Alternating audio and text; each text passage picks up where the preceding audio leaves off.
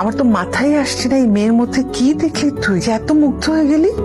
আপনি এখনো বলছেন যে আপনি এনভায়রনমেন্টাল গাইডলাইন মেনে ফার্ম চালাচ্ছেন? চুপ করে আছেন কেন? সব জায়গায় ময়লা, এইখানে ময়লা, ওইখানে ময়লা, পরিবেশ দূষণ করে কি অবস্থা করেছে।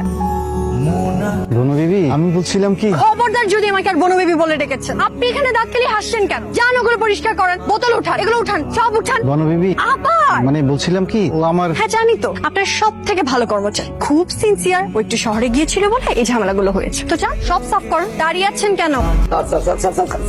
ও আপনি ম্যানেজার বা সুপারভাইজারটা কেউ, তাই তো? নতুন জয়েন করেছেন নিশ্চয়ই, তাই তো? আগে তো কখনো দেখিনি। তুমি তো আমার কথা বলার চান্সই দিলা না। ওর নাম সামি মুস্তফা, দেশের নাম। আমি সামি, আমার নাম সামি। আমি ঢাকায় একটা ছোটখাটো ব্যবসা করার চেষ্টা করছি।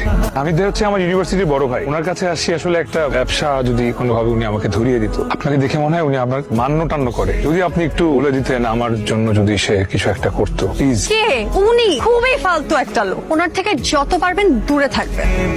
Sorry, please continue. দেখতে পাচ্ছি তোমার রাগ অনেক পাতলা হয়ে গেছে বনু বিবি, অনেক গালমন্দ করছো। এবার একটা ডাব খাও, একটা ডাব এনে যা পাকে। খবরদার আমাকে ঘুষ দেওয়ার চেষ্টা করবেন না তাহমিদ ভাই, আপনি অতি চালাক, পরিবেশ নষ্ট করেন, খারাপ একটা। আচ্ছা বলতো, এই শত কোটি ঘুষ বাণিজ্যের দেশে ছোট্ট একটা সবুজ নিরীহ ডাবকে ঘুষ বিবেচনা করলে ঘুষরা নিচের আলোচনা পাবে না বল?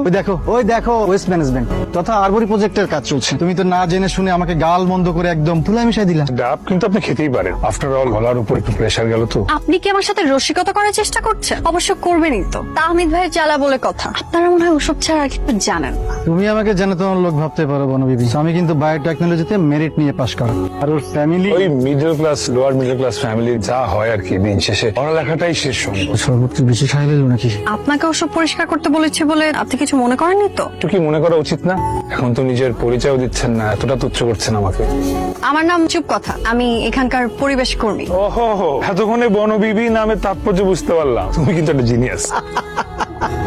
মা বলো, এবার তো বিয়েটা করে ফেলতে হয়। কি বলছো না? ও মা, আকাশ থেকে পড়লে মনে হয়। ফর্মাল দেখা হওয়ার পর তো ঠিক স্টুডিওতে দেখা করতে গেছি, আমি কি সেটা জানি না? আর রাজ্যকে ফোনে কথা বলার কথা নাই বা বললাম। মনোয়ার সাহেব কল করে বলেছে রিদি নিজে থেকে বলেছে বিয়ের কথা।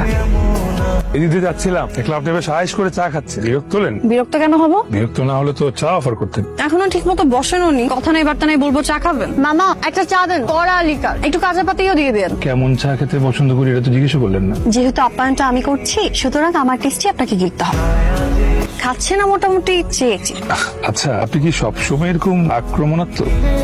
আক্রমণাত্মক? এত কঠিন বাংলা এই যুগে কেউ কথা বলে? আপনার এই কথা শুনে আমি কিং কর্তব্য বিমূঢ় হয়ে গেলাম। মাঝে মাঝে আমি হিতাহিত জ্ঞান শূন্য হয়ে যাই বটে, কিন্তু আমি মোটেও রাগী প্রকৃতির না। এরকম চোটপাট আমি শুধু